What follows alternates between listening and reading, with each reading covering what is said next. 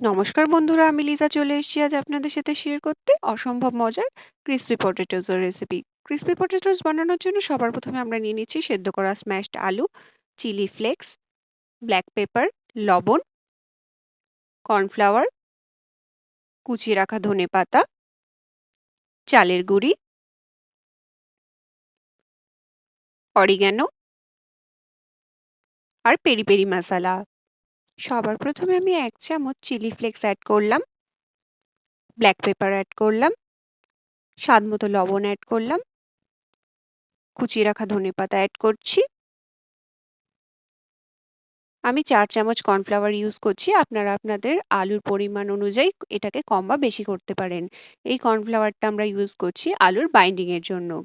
এবার অ্যাড করছি 3 চামচ চালের গুঁড়ো। এটাকে আমরা ক্রিসপি পটেটোসটা ক্রিসপি হওয়ার জন্য ব্যবহার করছি। আমাদের এটা ভালো করে মিক্স করা হয়ে গিয়েছে। এবার আমি অ্যাড করছি অরিগ্যানো। আর অ্যাড করে দিলাম পেরি পেরি মশলা। এগুলোকে ভালোভাবে আমি মিশিয়ে নিচ্ছি। মিশিয়ে নেবার পর একটা জায়গায় কিছুটা শুকনো আটা দিয়ে আলুটাকে আমি লম্বা লম্বা আকৃতির করে নিচ্ছি। আমি কম সময়ে এটা তৈরি করার জন্য ছুরি দিয়ে কেটে ছোট ছোট করে নিচ্ছি। আপনারা চাইলে এটাকে চ্যাপ্টা, লম্বা, গোল বা কুকি কাটার দিয়ে বিভিন্ন রকমের আকৃতি করে নিতে পারেন। আমার এগুলি সব কাটা কমপ্লিট হয়ে গিয়েছে। এবার এটাকে আমি গরম তেলের মধ্যে ভাজতে দিচ্ছি।